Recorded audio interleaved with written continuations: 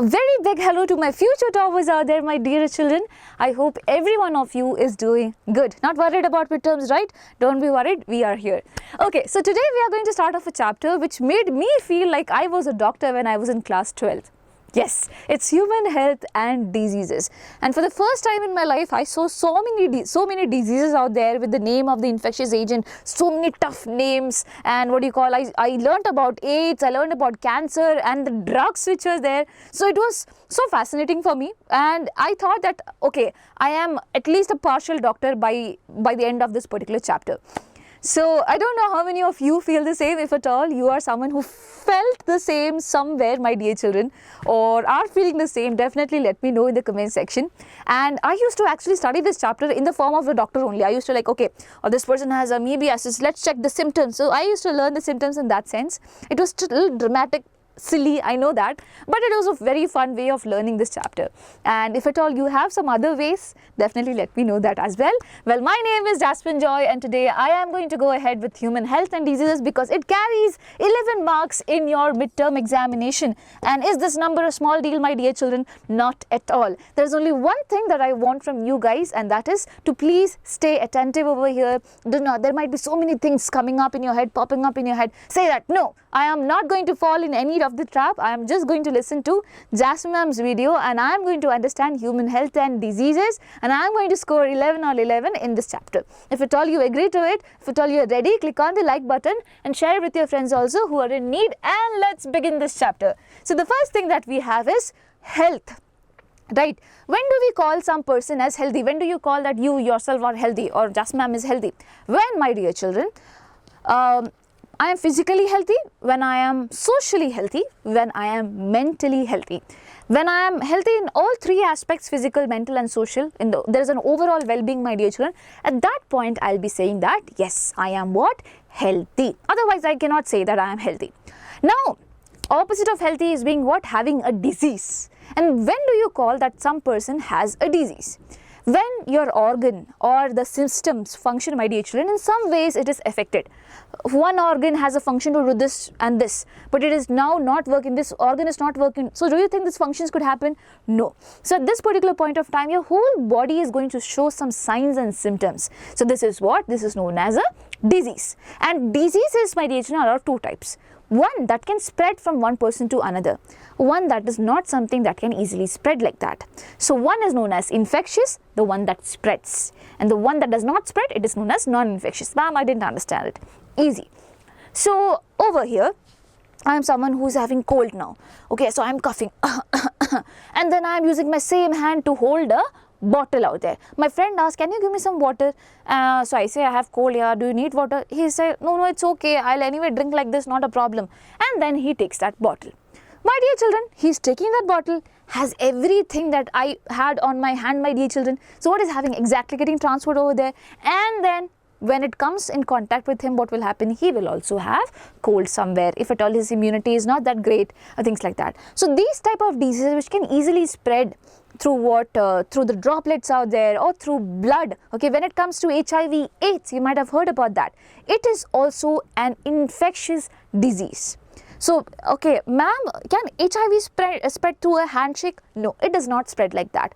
I call it infectious because it can spread from one person to another through the body fluids. That can be blood, and that's not very normal. So don't say that I would not go near a person who has HIV. It's not like that. It's totally wrong to say that. And I will be talking more about HIV, so stay tuned for that. As of now, just understand that it is coming under what? Infectious category, since it can be transferred through what? Body fluids. Now comes non-infectious diseases, the ones that cannot spread. So for example, A person has cancer. B person who is there near that person, staying with that person forever, my dear children, do you think B person will also have cancer? It is not something that can spread from here to here. I can have this B person which is there, they can have cancer, okay, because of their bodily function and things like that. It's not like it is being spread. So they are coming under non-infectious diseases. We'll learn about cancer as well. Okay, now going ahead with the first category of diseases which is there, and that is bacterial diseases, my dear children, and in that we have typhoid. So before I go ahead with typhoid, explaining about that, let me talk about one lady who's there. Her name was Mary Mallon, my dear children, and she was a cook in the royal family. And you know what happened?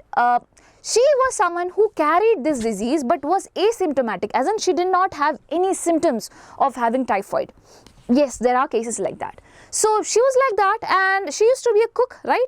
So she used to cook food for a lot of people out there, but there was a trend that was being seen. That is, people were getting sick. Sick with what? Typhoid. How? Probably she was the reason. She used to go to washroom but didn't used to wash her hands. Okay, and which was a very big problem. Why? Because this disease, that is typhoid, is spread through what? Contaminated food and water. So she used to come, okay, with her unwashed hands, and she used to cook the food. Now, whatever contaminant is there in her hand goes to the food, and the food is being eaten by what? The people out there, and they used to get the disease. And that's, I know it's a very bad story, but that is the real one that happened, my dear children. And her name was transformed into what? Typhoid Mary, a cook who unknowingly spread typhoid what? For years. Her name was Mary Mallon. She was known as Typhoid Mary, and she didn't do it knowingly. Okay, so don't tell anything bad about her. Anyway, it happened, it happened.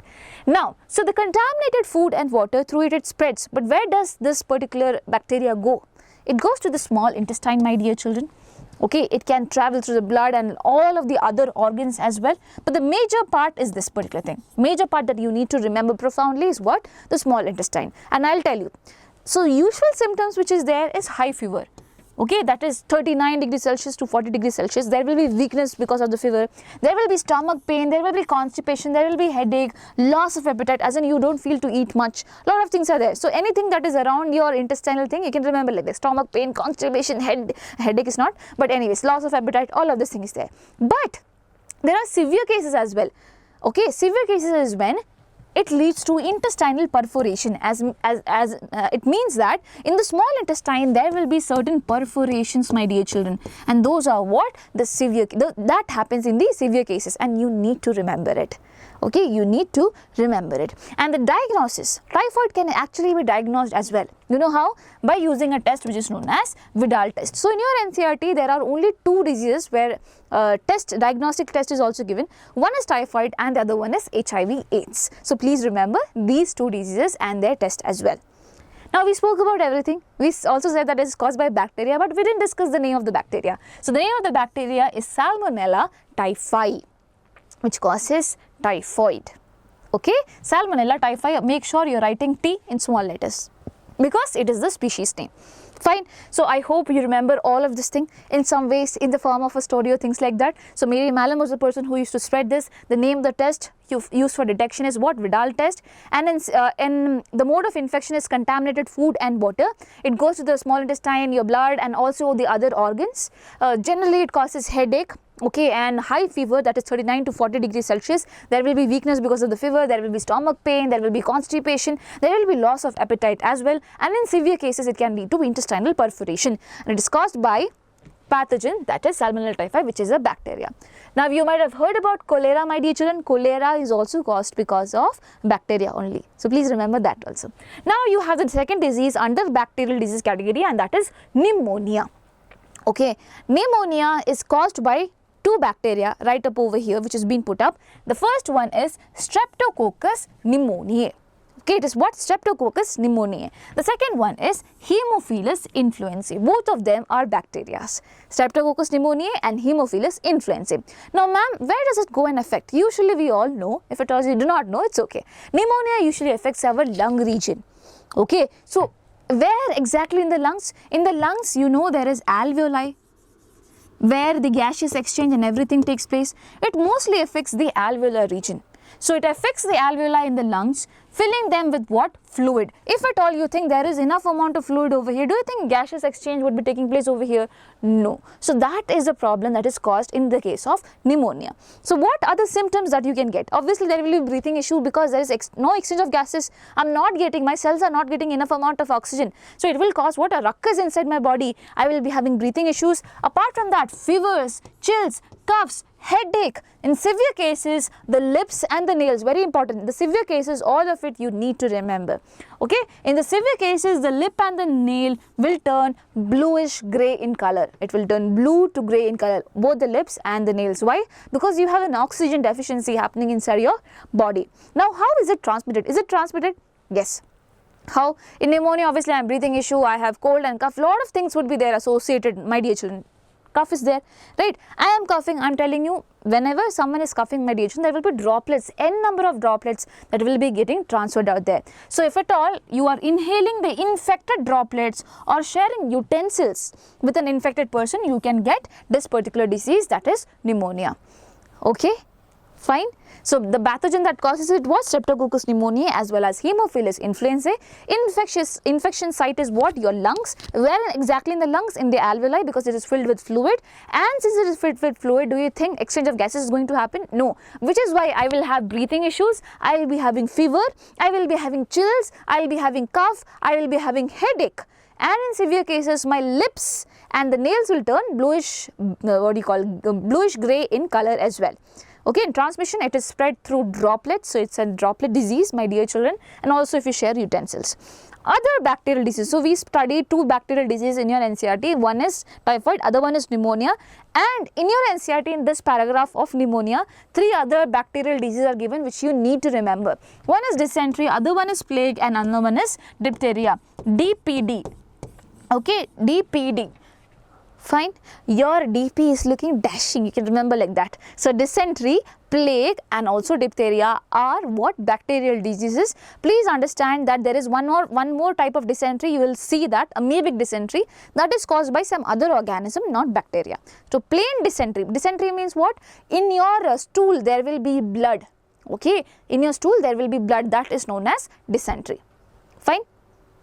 Fine. So dysentery, plague and diphtheria is there, and in total how many bacterial diseases? 1, 2, 3, 4, 5. Cool, done. Now we are going ahead with the next sort of disease, and that is protozoan disease. So apart from bacteria, you have the next sort of organisms which are known as protozoans, my dear children. And in protozoans, the one that causes malaria is known as Plasmodium. So ma'am, malaria is caused by mosquito? No, no. Okay, mosquito is what? A carrier, a vector. Okay, it is a right giver, but actually who is sitting on the right, my dear children? It is Plasmodium, and Plasmodium is the one that causes the disease. Remember, it is a protozoan. Now in Plasmodium you have different species of it. One is P. vivax, one is P. malariae, and the other one is P. falciparum. Now you might be asked which one of them is the most malignant, or which one of them causes the most malignant version of malaria? It is P. falciparum, which causes the most malignant version of malaria. Please remember it. Okay, now going ahead with transmission. How it is spread? I told you it is spread through what?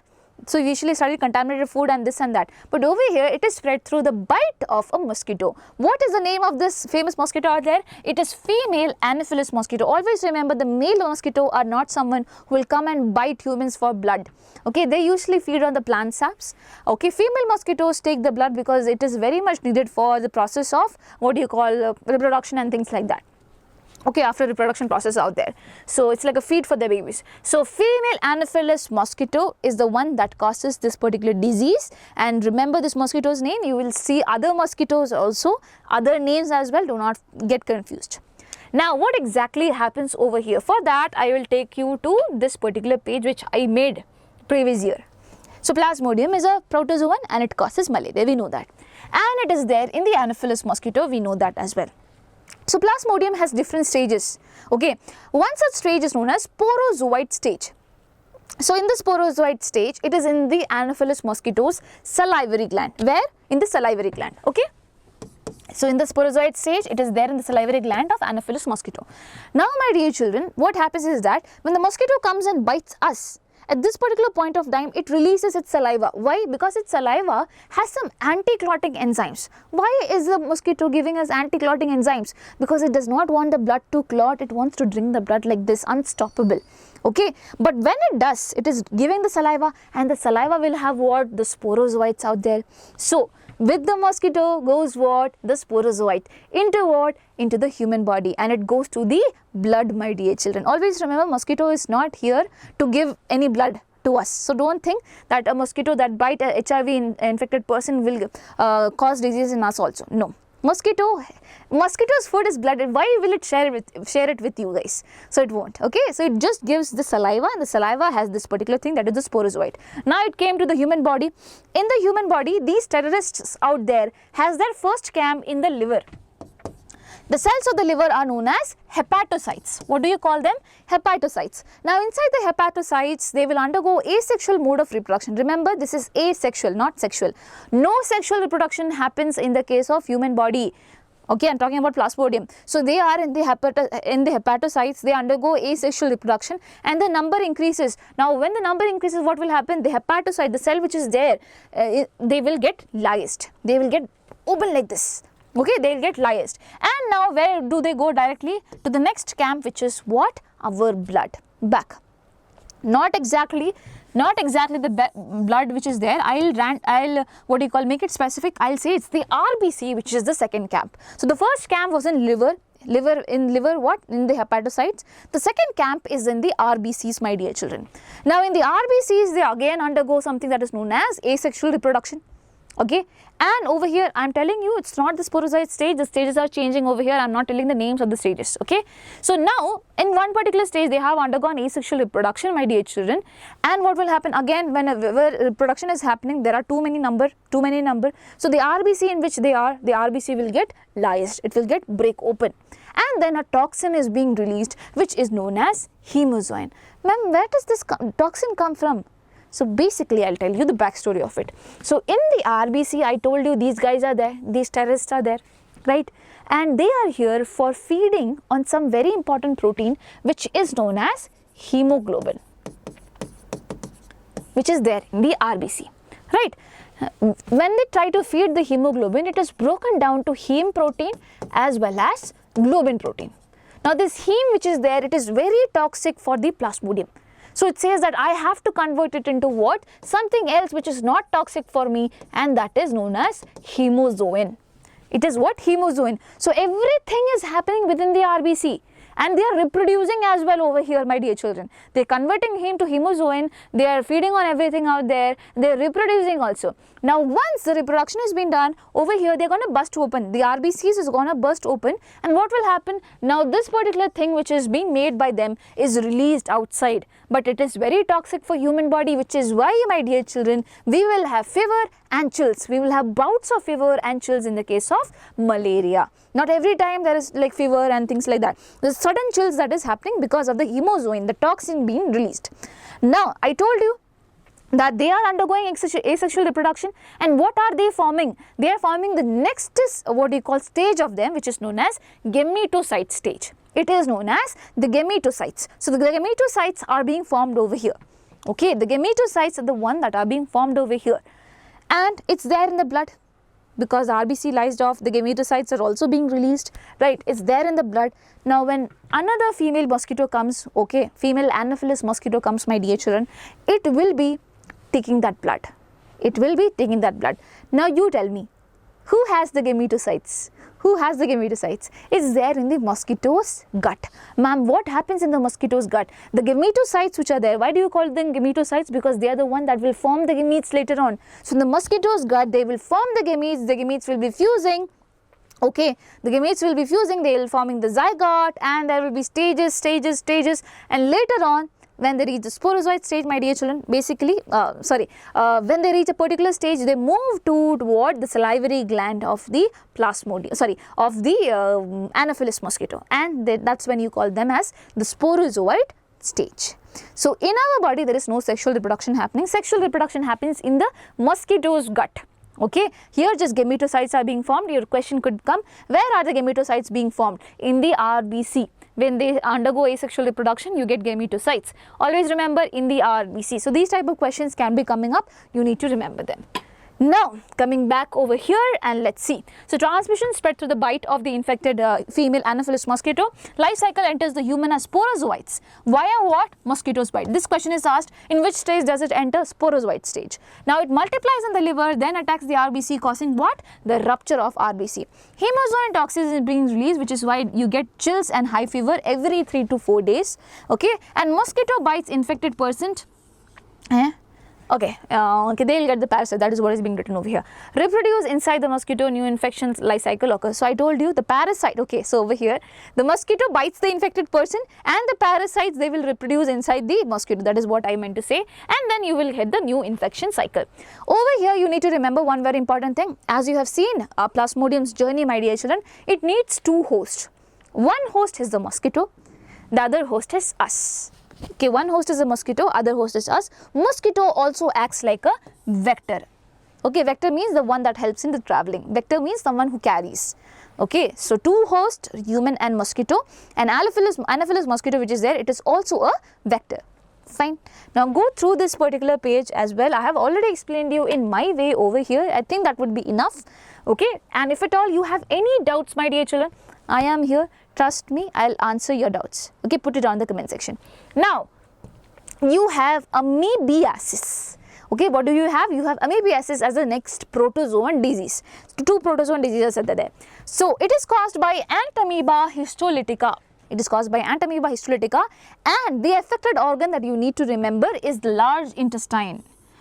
Okay, it is the large intestine.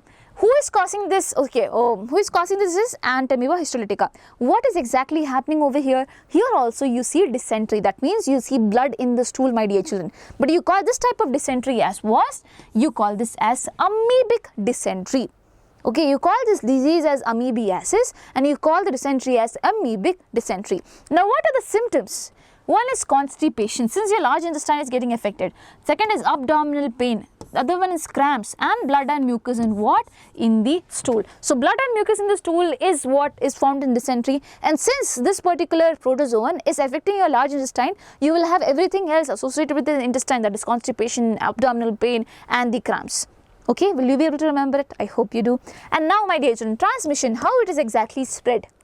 So again, it's just like typhoid, it is also spread through what? Contaminated food and water. How does the food and water get contaminated? Because of the fecal matter. Okay, so there are people who go, do the ingestion process near the water bodies and things like that. If at all they have the disease, the water is being contaminated. You get it? And as I told you, if you do not wash your hands and things like that, and you make the food, again you get the disease. Which is why it is said that you should not be, having food from outside, wherever you feel that it's not really safe. Okay, I hope you understand that better now. Okay, and apart from that, also remember in your NCERT one more thing is given. House flies which are there, they also can act like carriers over here. They can act like carriers. Okay, so what do is that they go and sit somewhere, and they come sit on the food also. Okay, they come sit on the food, and they can contaminate the food in that sense. You get it? So spreading the infection from fecus to the food. Fine. So house fly act as a carrier for the disease, that is amoebiasis, and this is the second protozoan disease out there. I'll tell you, you will find 3 diseases which has lots of similarity. One is typhoid, second is amoebiasis, and the third one is the next one that we are going to study, which is what? Ascariasis, because over here the intestine is somewhere that is getting affected. So there in typhoid, small intestine, amoebiasis, large intestine. Over here in ascariasis, which is a helminthic disease. What do you mean by helminthic? You see hell over here? No, it's just that it is caused by Aschelminthis, a worm. Okay, a group of worms. You call that category as what? Phylum Aschelminth. Okay, so you need to remember it. Under that comes your roundworm and Vaccinia bancrofti and a lot of other things. So this ascariasis disease is caused by Ascaris, okay, and it is also commonly known as what? Roundworm. Symptoms of it is that you get internal bleeding, you get muscle pain, you get fever, you get anemia, you get intestinal blockage. So you can remember like this. It is the one that affects your intestine, which is why it causes intestinal blockage. This term is very particular for ascariasis. Okay, intestinal blockage. Because of the blockage, you can think of internal bleeding happening and the muscular pain that is around it, and fever as well as anemia, because a lot of your blood will also be going because internal bleeding is happening out there. Okay, intestinal blockage, internal, 2II, intestinal blockage, internal bleeding, and then because of internal bleeding you get anemia, and also since you are weak you may get fever. Okay, and since it is happening around here, you get muscle pains as well. You can remember like that. Okay, it's for you to remember. Now, how is it transmitted? Eggs excreted in the fecus contaminate the soil, water and plants. So for example, someone has the disease and they pass number 2, okay, or basically they do the process of egestion. During the process of egestion, my dear children, the parasite which is there in their body, okay, suppose it's there in my body. So what will happen, my dear children? It will lay eggs. It will lay eggs, and in the fecus, my dear children, what will happen? The eggs will be there. Agreed.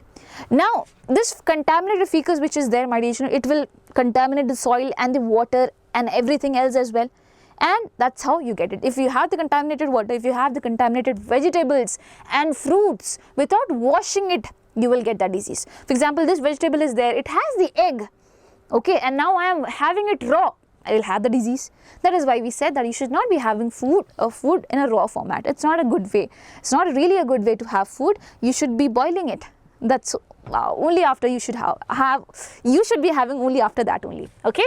So transmission is what? Through the eggs excreted in the fecus contaminate the soil as well as the water and the plants. And I told you it's kind of similar in the case of amoebiasis as well. Okay. Now infection spread through the contaminated water, vegetables and also fruits. So over here you need to remember all of it. Done? Deal? Let's go ahead. After that, the next helminthic disease that we have is what? Filariasis. You also call this as elephantiasis. Why do you call this elephantiasis? As you can see over here, the limbs of this particular human being who have the disease, my dear children, it can be turned to gigantic form, just like an elephant, which is why you call this as elephantiasis. Now it is caused by another helminth which is known as Vaccination. It has 2 species, Vaccination bancrofti and Vaccination malai. It is also known as filarial worm because it causes filariasis or elephantiasis. Now what exactly happens over here is that the thing that it gets blocked over here is your lymphatic vessels. What is going to get blocked over here? The lymphatic vessels. What exactly is lymphatic vessel? So what happens? You have your you have your arteries, you have your veins, and both of them are connected with the help of small little things which are known as capillaries. And these capillaries are very thin. Okay, the walls of it are very, very thin. So what happens? Sometimes some of our plasma is the content of the blood, okay? Some of the plasma plus some cells out there, for example WBCs, they move out of the capillaries because there are thin pores out there, because it is a very thin wall and there are small pores out there. So plasma and WBCs will be going out, my dear children, and over here what will be happening? It will go and accumulate between the cells. Go and accumulate between the cells. Now what do you call this fluid as? You call this as interstitial fluid, because it is between the cells. You call this as interstitial fluid. Now ma'am, if it remains there only, what's the problem? It will cause swelling. It will cause swelling. So there should be someone to carry it up. Who is that someone? It is the next form of vessels which are known as lymphatic vessels. Okay, they are lymphatic vessels which are going to carry all this fluid out there, along with the WBC, along with whatever is being released outside. And these lymphatic vessels, I am telling you now itself, they have certain regions like this. These regions are known as lymph nodes. And you know what they have? They have soldiers out there. Lymph nodes have so many WBCs being lined up. Apart from these WBCs, there will be some other WBCs also lined up over here. Why, ma'am? Basically, they trap any pathogen which is going to come over here. So in the blood there will be pathogen. These pathogen can try to move out when when all of this happens, my dear children. And when they are taken back, my dear children, over here, the WBCs are going to kill them. So this happens in the lymph node. So anyways, over here in this particular disease, your lymphatic vessels itself are getting blocked. Now do you think the interstitial fluid is going to be taken up? No. And if it is not being taken up, what will happen? There will be inflammation, chronic inflammation that will be happening up over there. Okay, and that is a symptom of this. So chronic inflammation, swollen lower limbs. So swollen lower limbs, the genital organs, there will be genital deformities as well. So you need to remember genital deformity in the lower limb. There can be swollen inflammation happening or chronic inflammation. It can happen in the upper limb also, but mostly it happens in the lower limb. Okay. it is why is it happening? Because the lymphatic vessels are getting affected, mainly in the lower limbs. So you have lymphatic vessels all throughout the body, but it is majorly the lower limb which is getting affected. Now, this is a very important question. How do you think this disease is being spread from one person to another person? Mosquito. Yes. Which is why mosquito is considered to be a pest. Okay, which mosquito? Anopheles mosquito? No. This time it's another mosquito which is known as Culex. So children usually tend to forget about this disease is spread through mosquito. They think that Vaccination bancrofti is a thing. No, Vaccination bancrofti is the the causative agent, the pathogen, but the one that spreads it is a mosquito, that is Culex mosquito. So by the bite of the Culex mosquito, you get the disease. Now progression. Worms live for years, causing what? Gradual swelling and deformities in the body of the human being who is getting affected. And with that, we complete Filariasis or Elephantiasis as well. Done? Cool. So my dear children, one more disease and then we'll have a wrap up. Okay. So fungal disease. In that, the only one disease that you have is ringworm. Why do you call this as ringworm disease? Basically because over here, as you can see, my dear children, I know it looks gross, but as doctors we need to study this, right? Yes. So it's like a ring shaped structure is there. If you see, the borders are kind of thick, right?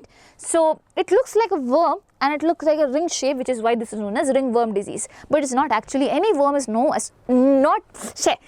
worms are actually associated with this particular disease. It's just fungal disease. It's a fungal disease. And what all fungi, you need to remember it. Microsporum. Small spore, you can remember like that, microsporum. And then two people are fighting, trichophyton and epidermophyton. Trichophyton and epidermophyton, on the epidermis you can remember, they are both fighting with each other. So trichophyton and epidermophyton, and also micro, not macro, microsporum out there. All of them are fungi. Okay, and they cause a disease, that is ringworm. What is the symptom? As you can clearly see, dry scaly lesions would be there. Okay, and the nails and the scalp, everything will be like having the dry scaly lesions all around it. And my dear children, there will be intense itching as well. I know it sounds gross, it is actually gross. Okay, the favorable conditions for it too. Okay, what does the ringworm, the fungus like? When do they cause the most problem? Whenever there is heat and moisture. So mostly you will find this thing happening towards the groin region. What do we mean by groin region? So basically this is a thing. So this region which is there, my dear children, this is known as the groin region, which comes in the middle. Okay, so this they have enough amount of heat and moisture for it to grow. In between the toes also it can happen, all of this thing. Okay, now how it is spread?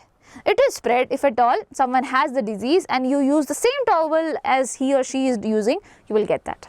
As simple as that. So contact with infected soil, towels, clothes, combs, all of it. Okay. And this is what happens in ringworm disease, which is the fungal disease. So as of now, oh my god, there is one more disease. I'm so sorry. I told I'll wrap up. Okay, let's study one more disease and then we'll wrap up. So viral disease, we didn't study it. One example of this is what? Common cold. So common cold is caused by a group of viruses which are known as rhinoviruses. So basically, ma'am, why are we not able to find a cure for cold? Anyone who has cold, we say that doctor says that it happens for 7 days and then it will go. Why is it like that? Because these viruses have a unique capacity, capability of changing their whole thing, the genome and everything out there. So whenever we find a drug for them, what happens? They try to mutate and form something else out there, which is why we are not able to find a proper drug for common cold. So you need to understand it is caused by a virus which is known as rhinovirus. Is a group of virus. Okay, it's not just a virus, it's a group of viruses. And what happens over here? Now there's a difference between pneumonia and common cold.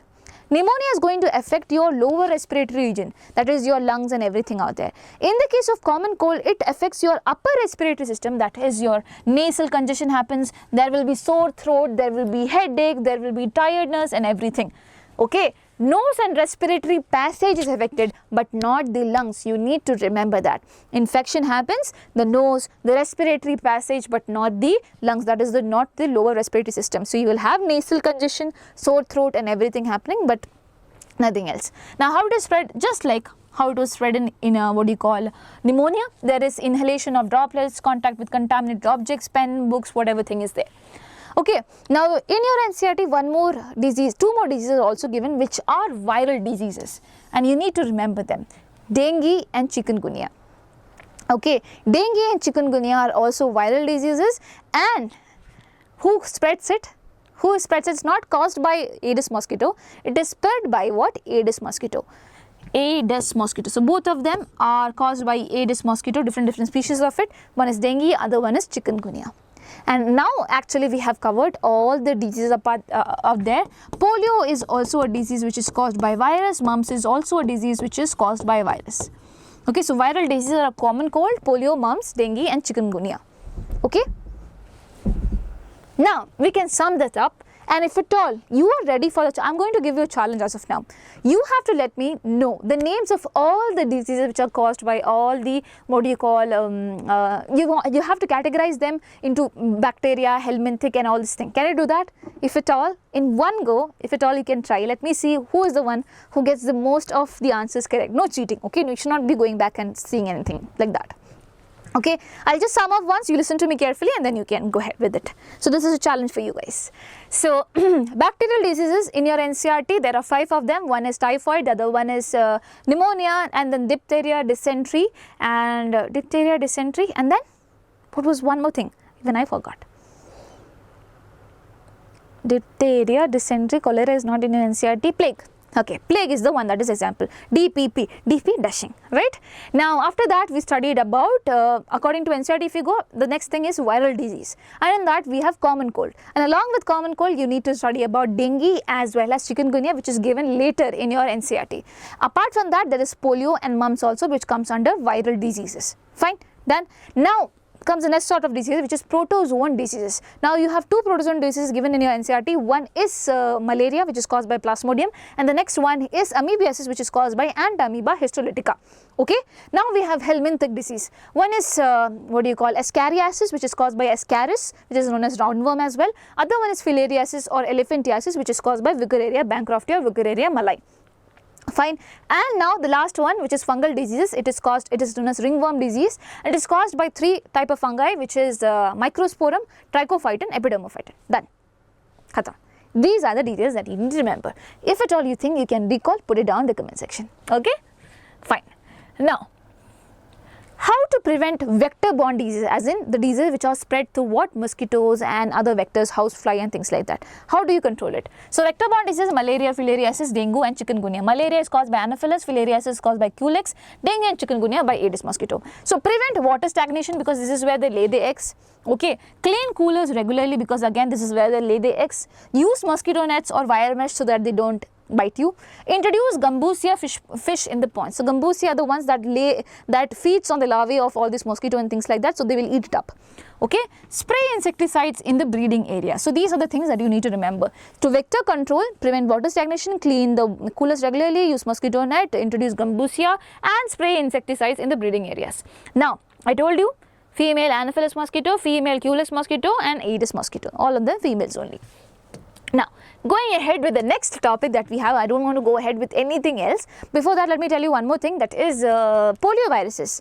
Okay, people found out vaccines for polio, which is how it was almost eradicated from our country, okay, in general, or from the world itself, my dear children. Initially, a lot of people were having polio disease, but now it's almost all good, because it is controlled because of vaccination.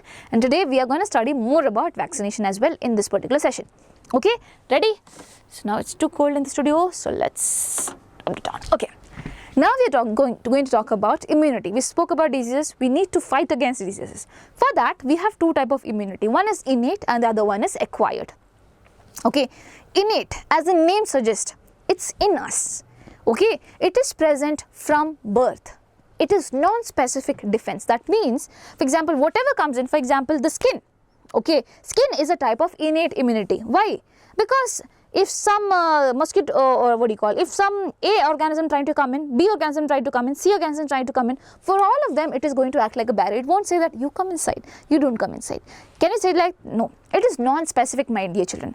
They are non-specific in nature. So innate immunity is present at birth. From birth, it is non-specific defense that you need to remember. There are no different type of, or for example, you can think like A, B, C thing came. For everyone, is the skin that is going to act like a shield. It is not going to produce something else for this guy, something else for that guy. No, not like that. No, it is preventing every other organism in the same way.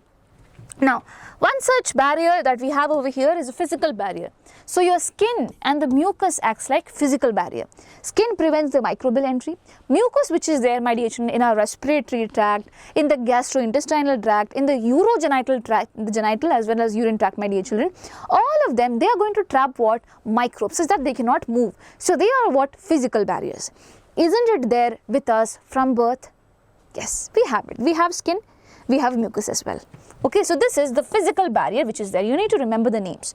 Second is physiological barriers. That means you're going to talk about some secretions. Okay, so one is the stomach acid.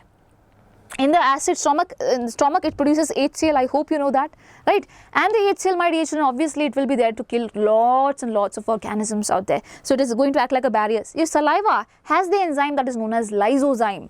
What do you call it? Lysozyme. And these lysozyme are there for breaking down the membranes of the bacteria and things like that. Your tears also have the same enzyme that is known as lysozyme. So it all prevents what? The microbial growth. So these are secretions, the physiological barriers, as in these are secretions which are being produced by our body, which are there for protecting us. Isn't it there from the start of our childhood? Yes, it's there with us from the birth. Okay. Now next is cellular barriers. Now not all type of cells are being produced in our body from the first point onwards, but there are someone who are. For example, polymorphonuclear leukocytes. What do you mean by that? They are simply known as neutrophils. They are simply known as neutrophils, and my dear children, over here they have like their nucleus has a very different shape, which is why it is known as polymorphonuclear leukocytes. Well, neutrophils as well as the monocytes which are there, okay, they are responsible for destroying the microbes. How do they destroy? They take in, okay, they take in the microbes and they kill it within the cell itself. Okay, within the cell itself they are gonna kill. So please remember neutrophils and monocytes. In later stage of the chapter, you will study something that is known as macrophages. So macrophages are gonna come from these monocytes only. Okay, monocytes basically later form the macrophages. So macrophages, neutrophils, they basically do something which is known as phagocytosis. What do you mean by phagocytosis? That means taking in food and breaking it down. So they take inside and break things down. Okay, and apart from these guys, you have natural killer cells from childhood. So natural killer cells are going to attack the infected cells. Again, they are mostly going to save you from viral infected cells. Natural killer cells are mostly going to save you from the viral infected cells out there. So some cell is being affected by virus, it could kill them, natural killer cells. Macrophages in the tissues perform phagocytosis. I already told you. So neutrophils and monocytes are given. These monocytes are the one that will later form the macrophage. And anyway, both of these things, my dear children, are going to be responsible for a process which is known as phagocytosis. So these are what? Cellular barriers. In this, neutrophil have a separate name, that is polymorphonuclear leukocytes. Leukocytes as in WBCs. Okay, all the WBCs together, they are known as leukocytes. So this is one type of WBC, this is second type of WBC, this is third type of WBC that you need to remember. Okay, but there are more types of WBCs which are still going to be formed. You will study that in the next type of immunity, that is acquired immunity. Okay, so these cells are there with us from our birth. Now, cytokine barriers. Cytokine barriers means what? Certain things that cells are going to release, and that is going to keep us protected. So over here, virus infected cells release something that is known as interferons to protect the healthy cells, and this is one of the most repeated questions. So suppose this cell is being affected by virus. So what happens over here? This cell will try to save the other cell by releasing what? By releasing interferons. What? Interferons. So the interferons which are being released, my dear children, they are going to act like cytokines. So these are things being released which tells the other cell that you have to be safe, make sure you are being protected in some ways. Okay, so that is cytokine barrier. So how many barriers are there? Physical barrier, that is your skin and your mucus. Okay, physiological barrier, that is your stomach acid, the saliva and the tears. Okay, cellular barriers, polymorphonuclear leukocytes, that is PMNL, neutrophils, and also what you have? Monocytes. Monocytes are the ones that later form the macrophages. All of them, they are responsible for what? Phagocytosis. And there are natural killer cells as well, which are going to attack the infected cells. Now cytokine barrier is there where the virus infected cells are going to release something that is known as interferons and are going to protect the other healthy cells out there. This comes under innate immunity. Innate immunity will be present from birth and it is non-specific. Mucus is going to do the same thing in all the whatever pathogen comes in, mucus is just going to trap there. That's all. Okay, so please remember, and please remember mucus comes under physical barrier, not physiological barrier. Done, dusted, clear. Now let's talk about the next type of immunity, which is known as acquired immunity. As the name suggests, this is something that we acquire throughout our journey of life. Okay, so over here they are kind of matured. Okay, so this is pathogen specific. So when specific pathogen comes, I'll release this particular thing. When this pathogen comes, I'll release this particular thing. And it has what? Memory. So always remember, it is not from birth, you acquire it throughout your lifetime. It is pathogen specific and has what? Memory. Now immune response, if you see, whenever in our body something comes in, for the first time when COVID hit me, I was in the hospital. Okay, because what happened, my body didn't know that something like this is there in this universe, and my body didn't know how to react, but it still tried to fight, which is why I am here. Okay, so the first time it affects, my dear children, this is known as primary response. And the problem with this is that it is going to be a low intensity response because our body is not knowing anything about the new thing that have come up. The second time anything comes up, they were going to produce what? The second time I got COVID, my dear children, I was not very much affected. Why? Because my body already knew that this guy has come in before and this guy has caused problem, and I know how to fight it. So it was stronger and faster due to what? Memory. So basically there is some memory of it in our body. How?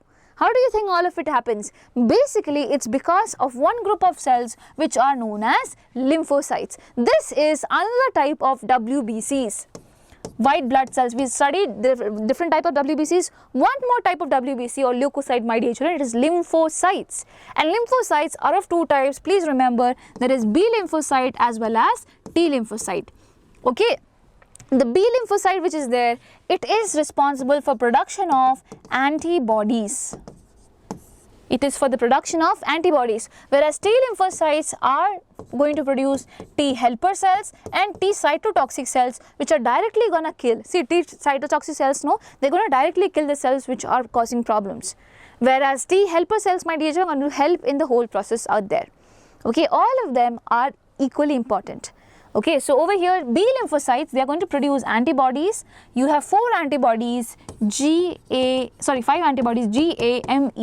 gamed. You can remember like that.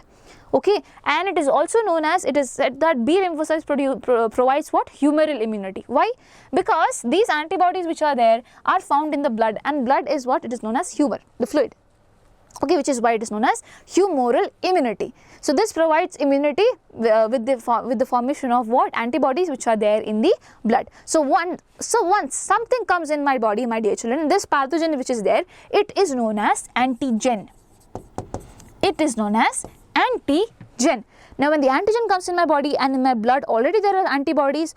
If at all they know each other, if at all they are specific to each other, my dear children, this antibody is going to destroy the antigen with the help of some other cells. What are these other cells? There are macrophages, there are so many other cells out there, but apart from that, there are T lymphocytes. The T lymphocytes, my dear children, the B lymphocytes release the antibodies and do all this thing. They make the body realize that something is happening, some problem is there. They call the next group of cells which are known as the T lymphocytes out there, which produces what? Which shows cell-mediated immunity. They are going to show cell-mediated immunity because here the cells are the one that plays the major role. The cells would be coming in, T cytotoxic cell would be coming in and killing in the cells out there. They're going to, make that particular, antigen which is there, totally destroy out there. Okay, this is known as cell-mediated immunity. So B lymphocytes and T lymphocytes, both of them are gonna do teamwork. The primary thing that comes up sometime mostly is what? The B lymphocyte, which is responsible production of antibodies. So I hope this is clear. And why do we have a small primary response? Okay, why it is of low intensity? Because as of now, my dear children, always remember, an antigen came inside my body. My B lymphocytes are going to produce antibodies, but in a very limited level, because I do not know what has to be produced. For the first time I am seeing it. Okay, so specific type of antibodies are released, and apart from that, certain B memory cells are also released. Certain memory B cells are also being released. Memory B cells. What do these memory B cells do? The next time if I get the same antigen coming inside my body, the memory B cells will remind that, okay, I had produced these antibodies previously, you can produce the same type of antibodies, and which is why the secondary response will be faster. I hope you have got it. There are so many things apart from it also, but at least the basic thing I hope you have got it. So B lymphocyte, humoral immunity. T lymphocyte, it is known as cell mediated immunity. There are T helper cells, T cytotoxic cell as well. Now when you talk about antibodies, as I told you, there are 5 of them, that is GAMED. Okay, and all of them have a few things in common. That is what? Let's see that. So there will be a heavy chain. You will be asked to draw this particular diagram, so make sure you have a practice of it. So there is a heavy chain that you see over here, this long chain, okay, and there is a light chain that you see over here. In the heavy chain, there will be constant region starting from this point to this point, from this point to this point. So this is going to remain constant in all the type of antibodies, G, A, M, E, D, all of them.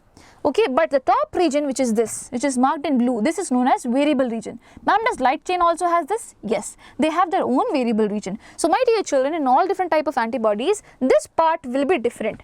The variable chain will be what? Different in them. And if we see between the two heavy chains out there, you see sulfide bonds. Okay, you see intersulfide bonds and also intrasulfide bonds up over here. So they are more in number, but in between one heavy and one light chain, you see only one. Okay, and rest of the places, it's there. Cool. And this particular region, always remember, this is known as antigen binding site. This is where the antigen will come and bind, and that's where the whole reaction is going to happen. Remember, these antibodies are now, when they are going to get bounded by something, my dear children, they are going to be landing on somewhere on the surface of certain cells, which has the property of doing what? Of taking in and what do you call, or let's not discuss about that, it might be too much for you guys. So as of now, let's just remember this. This is the antigen binding site. That's all. And the antibodies which are there, they are protein molecules. They are also known as immunoglobulins. IgG, IgA, you might have seen this, right? So they are immunoglobulins, IG, immunoglobulins. They are proteins. And proteins are made up of what? Amino acids. Amino acids which are there, they have N-terminal, that is amino terminal, and also carboxyl terminal. So one amino acid comes over here. So you have a free carboxyl terminal, and then another amino acid, amino acid, amino acid. At the end, you will have one N-terminal also. So N-terminal is towards antigen binding site, N, okay, and over here you have the carboxyl end. That's all. So antibody structure, it is made up of 4 peptide chains as in smaller forms of proteins, okay. So 2 heavy and 2 light chains. H2L2 is the structure that you need to remember. Now, my dear children, antibody G, remember it here itself. Okay, before I go ahead, remember it here itself. IgG, antibody G, is the one that passes first from the mother to the child. Through what? Through the placenta. Remember it. Now, okay, say IgA, which is there. It is the one that passes to the breast milk, from the mother's milk. So please remember, this question is usually being asked, mother gives the what do you call, the son or the daughter or whatever thing is this milk, right? The first milk which is being released, it is known as what? Colostrum. It is known as colostrum, and the colostrum is rich in antibodies. The child is not grown enough to produce its own antibodies, my dear children, as of now, which is why the mother provides this initially, which is why the first milk is very, very important. So how do you remember IgA with breast milk? So A for ma, amma, and amma gives what? Milk. Okay. Now the function for M and D is not being mentioned. For E, you can remember, in the case of allergies in our body, it's IgE which is being released the most. Allergy, IgE. Okay, done.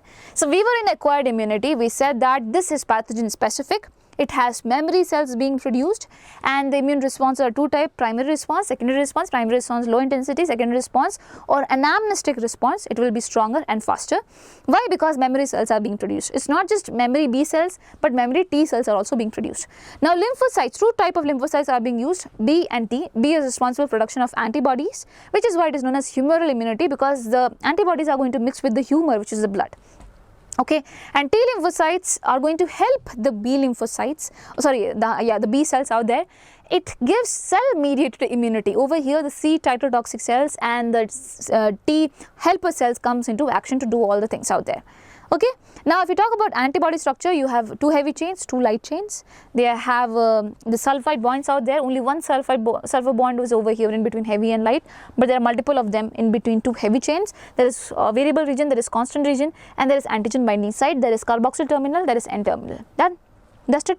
IgG is given to the baby through the placenta. It's the first antibody to pass through, even though we sometimes think it's A, but no, it's G which pass through. Then you have A which passes through the breast milk, okay, which is the first milk out there, which is known as colostrum, which is why it is said that mothers should breastfeed their child. And IgE is found in allergies. Fine. Now, organ transplant and immune response. So, whenever you are getting an organ transplant, okay, or someone is getting the organ transplant, my dear, because of so reason, what exactly happens? Since that is a foreign thing, it's from someone else's body, it's very foreign to my body, my dear children. So, what will happen over here? My body is going to react to it, okay, it is going to react to it. How? My T lymphocytes which are there, they are going to reject the foreign graft, the cells out there. Why? Because the cells on the top of it, they have certain markers, very unique markers which are what do you call, found in your body. It is not found in my body. And seeing that, what happens, my dear children, the T lymphocytes which are there, they are the first one to basically attack. So always remember, graft rejection, okay, foreign graft rejection is mostly happening because of T lymphocytes. It is not mostly because of B, it's because of T lymphocyte. Remember it.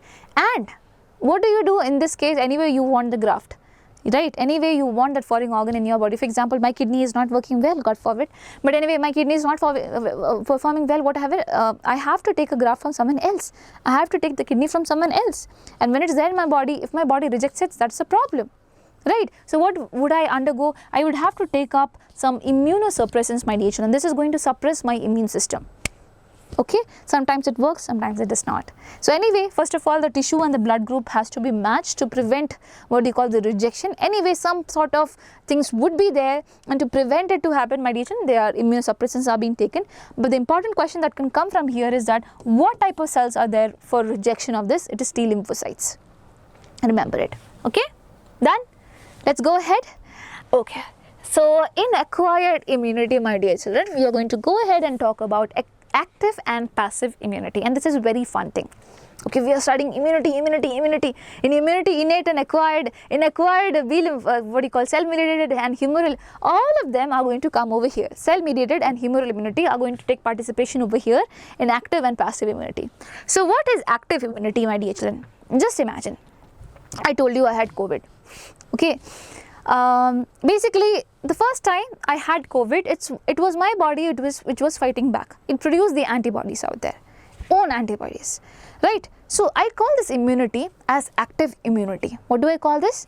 Active immunity, because my body itself in some ways is producing its own antibodies. I didn't tell it to produce. It produced when it saw the antigen out there.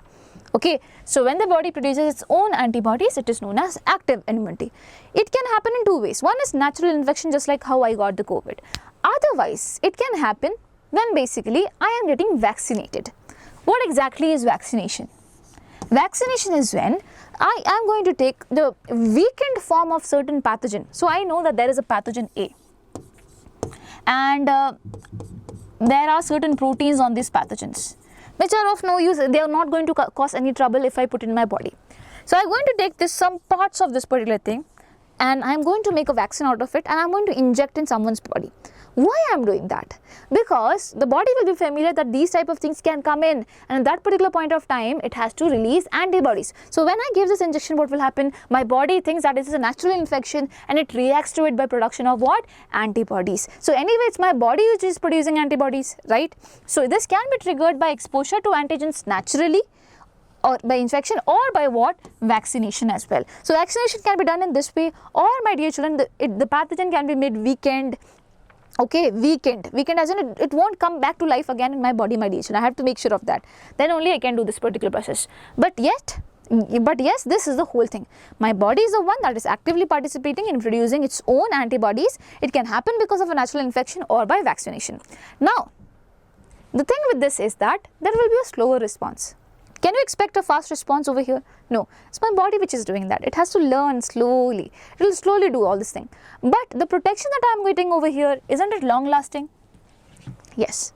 So it is slow, but the protection is what? Long lasting. Next time something comes up, I have the memory cells being formed over here. Next time something comes up, I will produce more antibodies. Okay. Now over here, the next type of immunity which is there, it is passive immunity, where my body is not going to play any role in production of any antibodies out there. What does it rely on then? I am relying on ready-made antibodies. Ma'am, how can that happen? Where do we get that? So basically, I'll tell you a scenario. I told you from the mother to the child. She gives the milk, and through it passes what? Immunoglobulin A. Isn't it an antibody? Yes. Don't you think this is passive immunity because the baby itself is not producing anything, the baby is given this. So ready-made antibodies are given to the body, provides what? Provides immediate immunity because I am giving ready-made antibodies out there. But do you think it will be there throughout the life? No, it is going to be short-lived. It is going to be short-term protection. Okay, example is colostrum. I told you the mother's milk, which is rich in IgA antibodies for the newborn's protection. Apart from that, placental transfer, antibodies passed from the mother to the fetus. I told you it's IgG. And then antibody injections. Where do you see that? So you might have seen that. Okay, so I fell somewhere and I got a wound over here because of some rust. Okay, just think like that. And there was a rusted material out there. Now my mother says that you have to take a tetanus injection. But why do you think tetanus injection is being taken? Because it contains antitoxins. Okay, it contains antitoxins. What do you mean by that? They are also the preformed antibodies. So someone might have got it, they know that these type of antibodies are going to be produced in someone who is going to be affected with a disease that is known as tetani, which is why I should be having these antibodies ready. So if at all someone comes to me, I just give these antibodies, that person is protected from getting the disease out there. This is known as antitoxin method. So same thing happens. For example, I have got bitten by a snake. Okay, so or for example, someone else is getting bitten by a snake and that person is coming to me. Will I say that, hey, you wait, your body will produce enough amount of antibodies and then you will be safe? Can I say that? Obviously no. I have to give that person what? An anti-venom. What is anti-venom? This anti-venom is going to consist of the antibodies which will be specifically produced by their body itself. If at all it was a norm, it happened previously by dear children. These antibodies, I have it. Okay, because of so reasons, I have it already in stock. They are preformed antibodies, which I know if at all a person get this snake's bite, anyway that person would have these type of antibodies being produced. I have this antibody. Now I'll directly give them because I want an immediate response. I don't want a slow response. Okay, so anti-venom in the snake, all of it contains what you call the antibodies, the preformed antibodies. So this is known as antibody injection or preformed antibodies.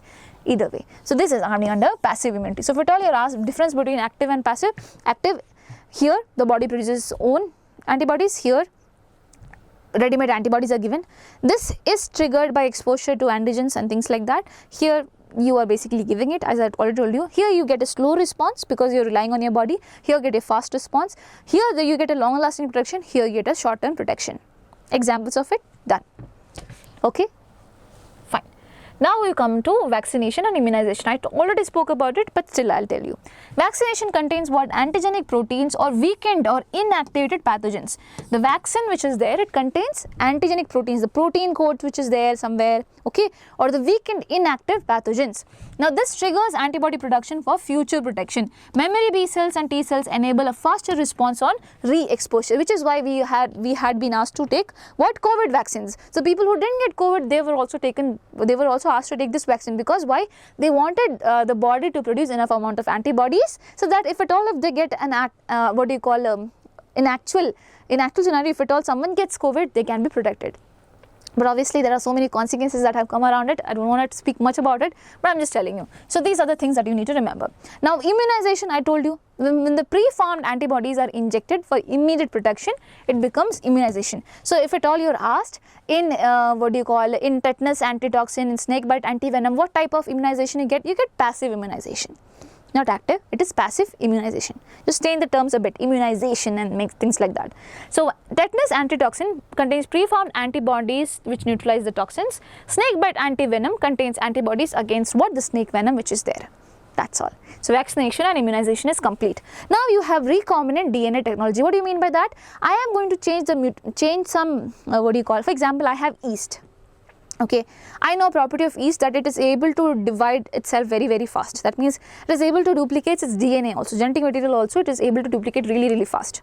Now if at all I want the yeast to make something that I really want it to make, can I do that? Yes. if at all I alter the DNA a bit, I can do that. So if I take the DNA of that particular thing which I have to make and I put it over here, of an organism or a protein that I have to make, and I put it over here, will the yeast make it? Yes, it undergoes replication and later on it undergoes transcription, and later on we can make that particular thing out there. So example of this thing is hepatitis B vaccine. So vaccine is what? As I told you, it can be antigenic protein or a part of it. So hepatitis B vaccine, for it to be made, I had to produce a protein which is there. Okay, so how did I make it happen? With the help of yeast. I did recombinant DNA technology in the yeast. I altered the DNA of the yeast, and that is how I was able to produce. This question is usually being asked, which is why I had put it over here. You generally tend to not see this particular statement which is given in the NCERT, but you need to remember it.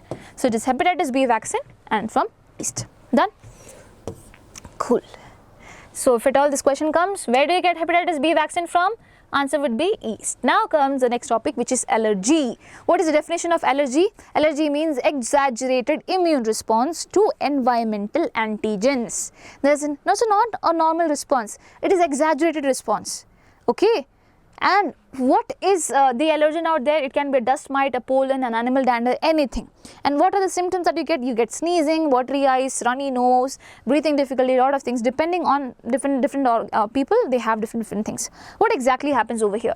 So over here there are certain cells which are known as mast cells. You can call them mast cells. Okay, so they have antibodies attached to them. What are these antibodies, my dear children? They are IgE antibodies. Allergy, IgE. Now onto this antigens will come and bind, that is your dust mite and whatever thing is there. Okay, and then now this mast cells is going to release what? Some things such as serotonin as well as histamine. Serotonin and histamine. And what are they going to do? They are going to cause vasodilation. That means blood vessels which looks like this, narrow, they're going to dilate it and look like this. Why? Because they want all the other cells to come over here, because they think there's some problem happening over here. And when this thing happened, my dear children, since vasodilation is happening, you immediately see something that is known as inflammation. But always remember, this is an over-exaggerated response. This is not a natural response. This is an exaggerated response, which you call as allergy. So here, release of histamine and serotonin from the mast cells is there. Antibodies involved is IgE type. Diagnosis: small doses of allergens are tested on the patient. So first of all, if at all you want to see if at all you have someone who has allergy, you check it once. Okay. So treatment, what do? Since histamine is being produced, you give antihistamine. You might have seen people taking cetirizine tablet. What does cetirizine tablet contain? It contains antihistamines, my dear children. Adrenaline, steroids are also used for reducing what? The symptoms. Antihistamines, adrenaline, steroids, all of them are used to reduce the symptoms. Okay. So allergy is what? Exaggerated immune response, and I hope you have got all of the thing. Important takeaways are IgE. Antibody cells are mast cells, and what do? They produce histamine and serotonin that causes what? Vasodilation. And what do you need to treat it with? Antihistamines. Okay? Fine. Now comes a topic that is known as autoimmune diseases. What do you mean by that? There is only one example given in NCERT which you need to remember, and that is of rheumatoid arthritis. So in my body, my body is not able to understand, is this cell mine or is this cell not mine?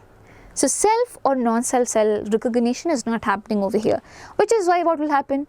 It will mistakenly attack my own cells. This is known as autoimmune diseases. So when the body mistakenly attacks its own cells, it is known as autoimmune diseases. It can be genetic or because of some unknown factors as well. Example is rheumatoid arthritis, where, my dear children, the synovial fluid, okay, there's a synovial fluid in between the joints up there. So those cells out there, they are getting affected, which is why you have a lot of pain in the joint region and things like that in the case of rheumatoid arthritis. It actually hit me. Okay, so I actually hit myself. I am doing autoimmune things. So remember the name of the disease, very, very important. Going ahead with the next topic that we have is lymphoid organs. So we studied about disease, we studied about immunity, we didn't study about which are the organs responsible for production of these type of cells. So my dear children, welcome to the family of lymphoid organs. Lymphoid organs are where your lymphocytes and everything are going to be born, they are going to mature, they are going to act and all of this thing.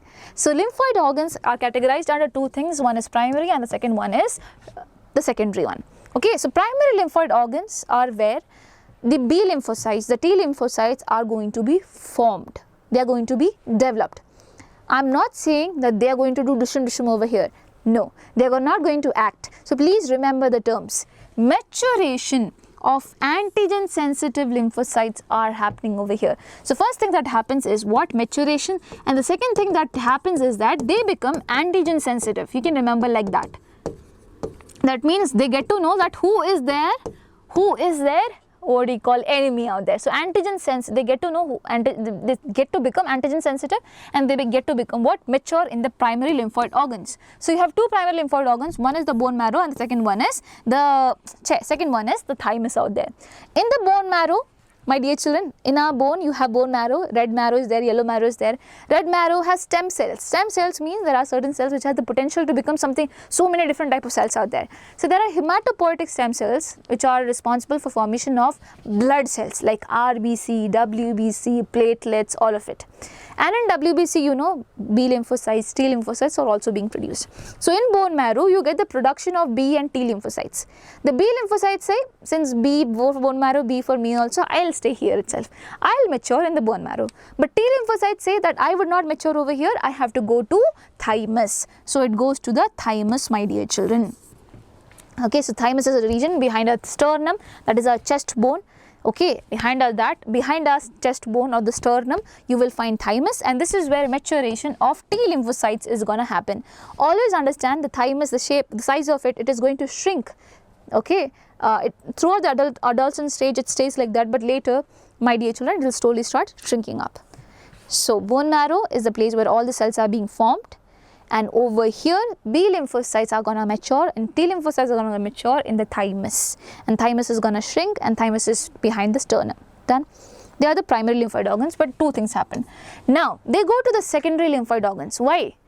Because this is where they are going to actually encounter the antigens. So here, remember the term, they become effector cells. That means they are going to show the effect. They are going to become what? The effector cells. So secondary lymphoid organs, lymphocytes encounter antigens and they proliferate. So over here you have spleen, you have lymph nodes, you have tonsils, Peyer's patch and appendix and malt as well. So what exactly is happening in all these things? Spleen, my dear children, it's more towards above our stomach region. Okay, there's a small bean shaped structure which is there, and it is known as the graveyard of RBC, because this is where the old and worn out RBCs comes, okay, and are broken down and all the iron and everything is being taken back and the rest of the cells are being destroyed. Who does it? It's the WBC only who does it. So you have enough amount of WBCs in the spleen, okay, and you have enough amount of specific type of WBC which is known as lymphocytes. So they are already there. Now suppose an antigen comes into the bloodstream to the spleen region. Over here, since you have the lymphocytes, they will do dishum and the lymphocytes would be killing up the antigens. So this is a place where dishum is happening, right? This is a place where the lymphocytes are becoming the effector cells. They are gonna do this. Now the next place is lymph nodes. I told you lymphatic vessels, they have certain regions like this which are rich in what? In the lymphocytes. Here also, my dear children, if at all some pathogen comes along with it in the lymph fluid, they are going to kill those pathogens, which is why sometimes, I always say this but I have to say this again, doctors check over here if at all there is swelling and things like that, because here also you have lymph nodes. You have lymph nodes all around your body, and if at all swelling is there, that means there is some infection as well. Okay, now comes the next thing. I'll skip this and I'll come over here. Mucosa associated lymphoid tissue. What do you mean by that? So our tract which is there, the innermost layer which is there, it is known as mucosa. What do you call this layer? Mucosa. Now whatever associated lymphoid tissue is there, a group of cells is there, you call this as malt. Okay, all of it together, mucosa associated lymphoid tissue, you call this as SMALT, and it is 50% of the lymphoid tissue in the respiratory, digestive and the urogenital tract. This constitute 50% of the lymphoid tissue in the respiratory, digestive and urogenital tract. And in the mucosa layer itself, you find the tonsils. Over here you find the tonsils, right? So tonsils are also having enough amount of lymphocytes which are there for fighting, which is why sometimes we get infection in the tonsils, because why? It is probably fighting with something out there. So we should not be very bad with it, we should be thankful for it. Now you have Peyer's patch. Peyer's patch is usually in the intestinal region. So in the intestine, if something comes up, happens over here. Appendix, so you know, it's there in the again in the intestinal region only, and it is also responsible for, it was initially thought to be a vestigial organ, as in it was thought that it was of no use, but then later it was understood that no, it is very helpful in what? In giving immune response out there. So these are the things that you need to remember. In secondary lymphoid organs, this is a place where the cells become what? Effector cells. Okay, they are going to encounter antigens. So spleen, lymph nodes, tonsils, Peyer's patch, appendix and MALT. So basically under MALT only comes all this thing, but still let's put it in a different way only. So 50% of lymphocyte tissue is there over here. Done? Deal? Done? Cool. Now let's go on to the next topic, which is what? HIV AIDS. And my dear children, we have to speed up a bit. Okay, so how do you think HIV is getting transmitted? First of all, what do you mean by HIV? HIV stands for Human Immunodeficiency Virus. You don't have to mug this up. Okay, just understand. It makes a human immunodeficient. It makes the immune system deficient. Okay, so human immunodeficiency virus. It is the one that causes AIDS, acquired immunodeficiency syndrome. You acquire this disease. This is immunodeficiency what? Syndrome means set of symptoms, group of symptoms out there. Okay, now how do you think HIV transmission actually occurs? Through sexual contact, because you need to remember it is going to go through the body fluids such as the blood and the genital fluids which are there. Okay, so over here through sexual contact with an infected person it can transfer if transfusion of contaminated blood or blood products is happening. Okay, contaminated blood or any blood product is happening. For example, there are people who need repeated blood transfusions, right? Okay, so we will take the transmission mode and we will take the high risk group. So sexual contact with infected person, how can you get it? Obviously in some cases we do not know, some people randomly get it, but some people they have multiple sexual partners and they have sexual intercourse without using condoms, which is why my dear children they can get HIV AIDS. Second, transfusion of contaminated blood or blood products. And first of all let me tell you, and do not judge anyone who have got HIV thinking that they might have had this particular thing or no, they can have multiple reasons as I told you.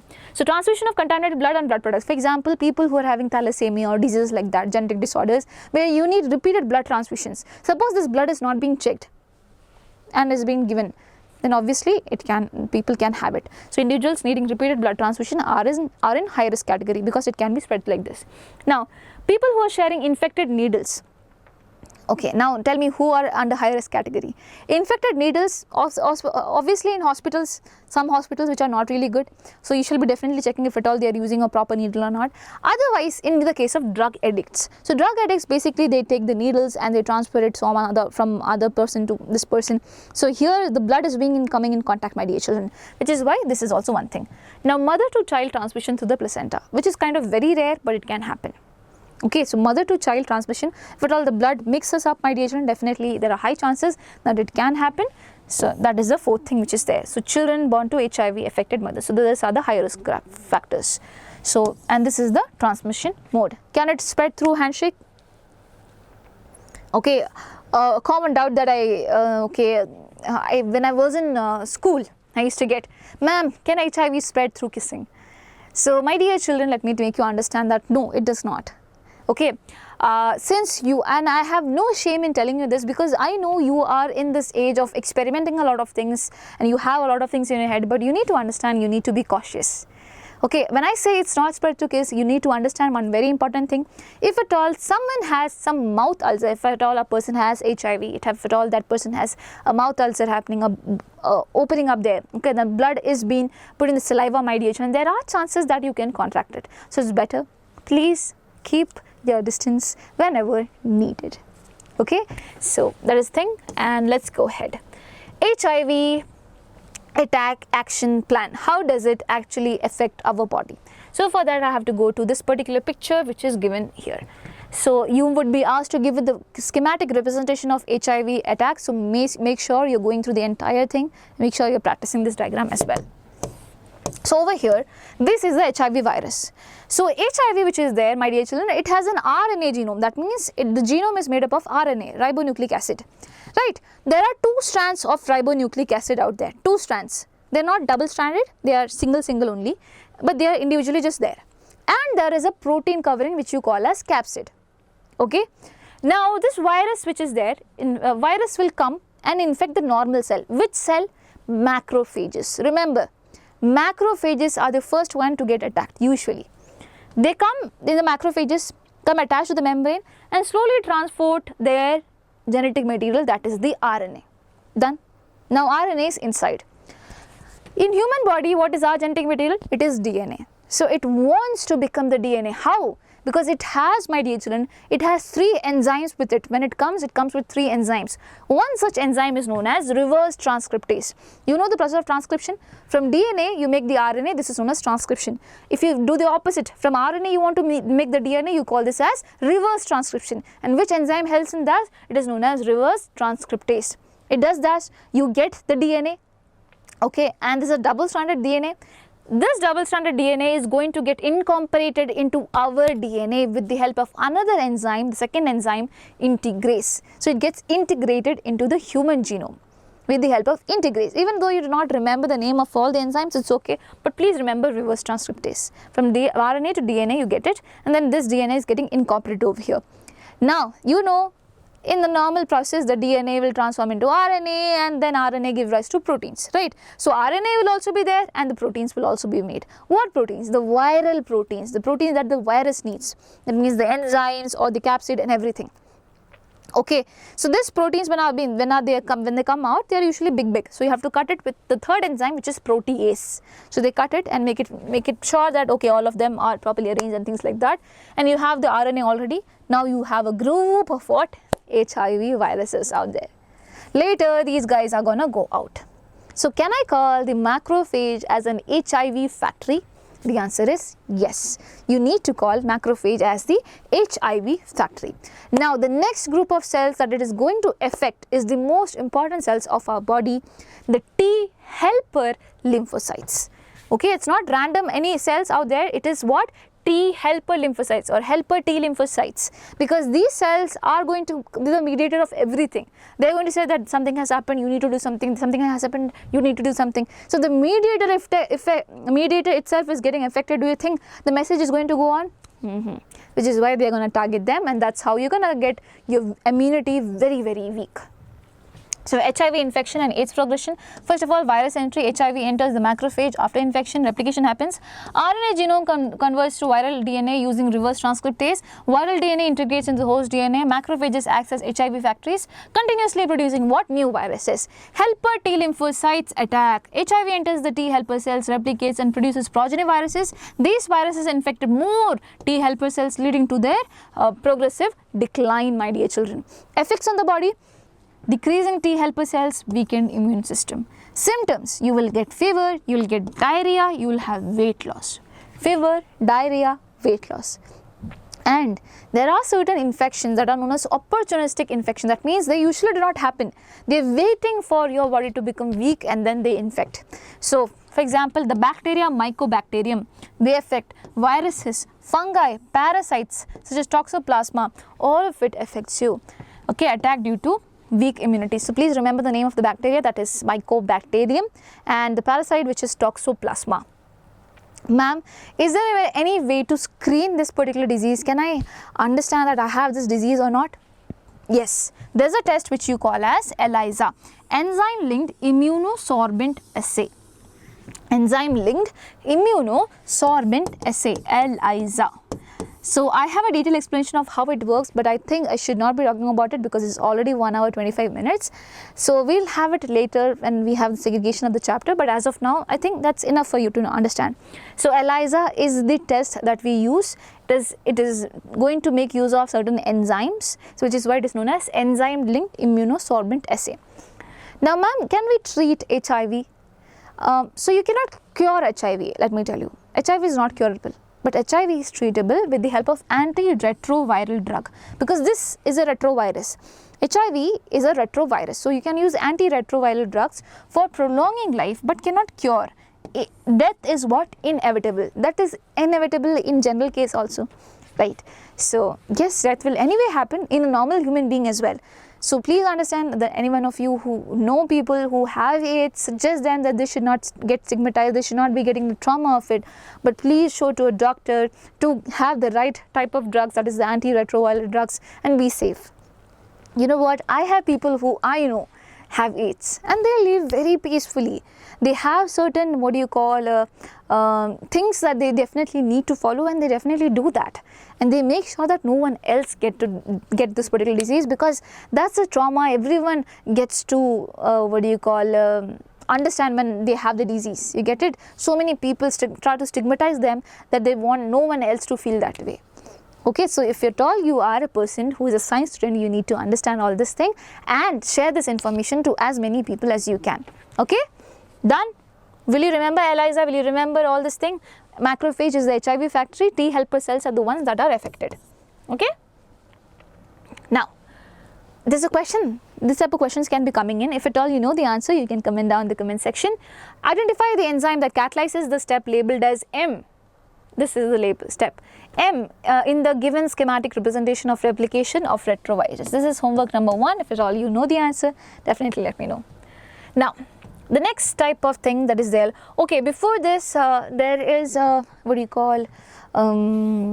is a paragraph about HIV, W Health Organization and things like that. I think I have missed it. Make sure you're reading that well as well. Okay, if at all I can, I'll try to recollect it towards the end of the chapter. Okay, chalo. Now the next thing that we have is the characters of cancer cells. Next is cancer cells. So what are the unique characteristics that you see in a cancer cell? So over here, this is the normal cell and this is the cancer cell. Normal cells, you know what?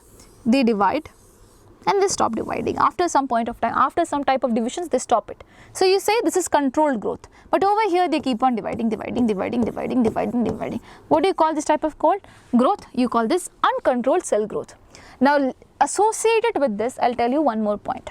So a normal cell, when it divides, when it comes in contact with other cells, it stops its division. This is known as contact inhibition. Whereas on the other hand, when you talk about cancer cells, what happens in them is that they do not show this contact inhibition. They keep on dividing. Even though they come in contact, they will not show. This is known as loss of contact inhibition. Okay.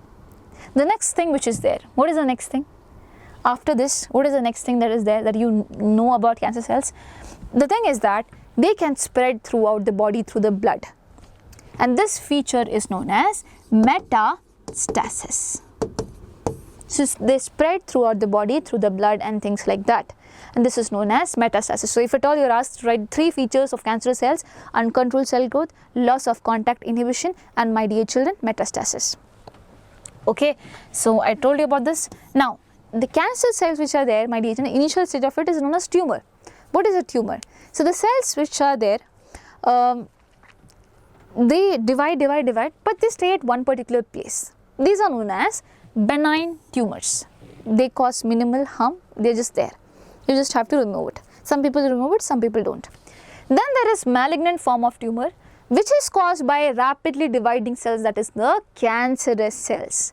And these tumors are something where the cells which are there, group of the cells, they move to different places and do the metastasis process. Okay, and this is what? Cancerous. So malignant tumor is what? Cancerous. Cool. Now we come to the second topic, that is causes of cancer. How do you think a person can get cancer? First is physical carcinogen. Okay, so the one that causes cancer is known as carcinogen. So you have physical carcinogens such as radiations. So we are told that we should not be sleeping with our mobile phone near us. Why? Because they are going to give out some radiations, and these radiations can have effect on the DNA within our cells, can make it undergo certain mutations that can be cancerous, my dear children. So these are what? Physical carcinogens. Now radiations can be of different types. Okay, there is ionizing and non-ionizing. For example, X-rays, gamma rays, they are ionizing radiations. Please remember, it's not been put up over here, but you need to remember. Ionizing radiations are the one that will make the atom release certain ions, disrupting the whole thing out there. So they are more dangerous. So X-rays and gamma rays are ionizing, and UV rays, which are also produced by the sun, they come under non-ionizing. So in comparison, non-ionizing are still better, but still UV rays in higher quantity can cause what? Cancer, which is why my dear children, in Western countries, people definitely have skin cancer, because in their body melanin is not being produced. You know, melanin, a pigment which is there, which is responsible for darker pigmentation, it actually saves us from the harmful UV radiation. And in the Western countries, they do not have enough amount of melanin, which is why they are prone to skin cancer. Why? Because the sun is there and sun is releasing what? UV radiations out there. So one is physical carcinogen, and the second one is chemical carcinogen. For example, a person has tobacco, smokes or eats it, okay, so it has nicotine, my dear children, and again this can lead to what? Cancer. The smoking itself can lead to what? Cancer. So this is a chemical carcinogen. Okay, now the biological carcinogen. Okay, so there are certain viruses which has certain genes that can cause cancer. How, ma'am? So these genes are known as oncogenes. Oncologist, who treats cancer, right? So oncogenes are there, and it is there in the virus. The virus comes and affects us, transfers this particular gene to us, and we have the cancerous gene out there.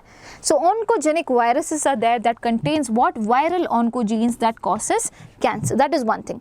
And now, in our body, in general also, we have something that is known as cellular oncogenes. What do you mean by that? Or you also call this proto-oncogenes. So, the normal DNA of our body, my dear children, there are certain segments which are usually inactivated. They might be doing some other function. But because of some mutations, they can turn to what? A oncogene. They can turn to an oncogene, an active oncogene out there. So usually they are cellular oncogenes, or you call this proto-oncogenes. They are not yet what you call a problematic thing out there, but they can create problem as well. So normal genes that can trigger cancer under what? Specific conditions when they get mutated. So physical, in that you have ionizing, X-rays and gamma rays, non-ionizing UV radiation, chemical you have tobacco smoke, biological you have oncogenic viruses as well as cellular oncogenes or proto-oncogenes. They can become activated when mutations happen. Okay, so they usually function something else, but when mutations happen, they all become all the more cancerous. Now, cancer detection and diagnosis. How do you detect cancer? So there are different ways. Okay, first one is biopsy and histopathology. Biopsy means, for example, I have a small lump out there. Okay, in that a little bit of tissue is being taken. This process is known as biopsy. And now after taking this tissue, what do I do with this tissue? I study this. This is known as histopathology. Okay, this is known as This is known as histopathology. So tissue sample stained and examined under the microscope. So biopsy is basically taking the living tissue out there and then checking it under microscope by staining it and doing all this thing. It's known as histopathology. Okay, next is what? Okay, we'll do this later. We'll go with this. Imaging techniques. So there is radiography. That is where you just use X-rays, you know, X-rays, normal X-rays. This detects the internal cancers out there, and when you use CT scan, this is even more better.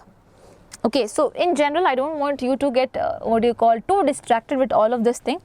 Rather than that, you can just write this. So over here in imaging techniques, you can remember X-ray, CT scan, okay, together. So CT scan is where again you are going to use X-rays only. This is a type of rays. Okay, and what happens? This gives you a better image of the internal organs out there. So CT scan you can associate with internal organs. Now the next type of imaging technique is MRI. What happens in MRI? You use magnetic field. MRI means magnetic resonance imaging. You are going to use magnetic fields as well as non-ionizing radiation, the ones that are still better. Non-ionizing radiation for what? Precise detection. MRIs. So is MRI better or CT scan better? Obviously MRI. First reason, magnetic fields are used, non-ionizing radiations are used, in there X-rays are used which are ionizing. Okay. The second thing, it gives you physical understanding of what the living tissue out there, any physical problems in the living tissue, physiological functions in the living tissue, if at all that is disrupted, you get to know it with the help of the MRI scan. I need you to remember this: living tissue associated with MRI, internal organs associated with CT scan. Okay. Now there is cancer specific antibody test. That means I told you a person will produce any type of antigens. Sorry, for example, a person had cancer, and in their body we get to know that these type of antibodies, X type of antibodies, are produced way too much. Now another person comes in and says that, can you check whether I have a cancer? And then when I check it, I find the same type of antibodies that I find in a cancer patient. Don't you think I will say that, yeah, probably there are chances that you might have cancer. So cancer specific antibody tests can be performed where specific cancer markers are being tested out there, my dear children. So that is also a method. Now blood and bone marrow test can be performed. This is not given in NCERT, but yes, it is used to detect what? Increased cell counts and things like that. That happens in leukemia and things. Okay. So biopsy histopathology, imaging techniques, cancer specific antibody test, and also molecular biology techniques that will help in detecting inherited cancer genes and things like that. Okay. It helps in cancer prevention by advising high risk individuals to avoid carcinogens like avoiding tobacco and things like that. Not very much important, you just need to understand that molecular biology techniques can also be used, which are still being refined nowadays. That's all, nothing much. Now cancer treatment. After diagnosis you need to treat also. So first treatment, basic one, is surgery, where you are going to remove the tumor mass which you think is going to spread. Second is radiation therapy, where lethal radiation of tumor cells are being done, protecting what? Protecting the normal cells out there. Then you have chemotherapy, where you are going to use the chemicals, the drugs, you are going to take that, which are going to specifically kill the cancer cells. But over here you see that the side effects are hair loss and anemia. Why? Because these, in chemotherapy, the chemicals which are being injected, they are going to target the actively dividing cells. And your hair follicles are coming under that category. Your blood RBCs are going to come under that particular, or the blood cells are going to come under that particular category, which is why you have anemia as well as hair loss after chemotherapy. Now there are so many things which are being done to avoid it, but generally telling you. So surgery, it removes the tumor mass. Radiation therapy, where you are irradiating the tumor cells out there, protecting the normal cells. And there is chemotherapy, which is specifically used to kill the cancer cells or that out there, but it may have the side effect like hair loss as well as anemia.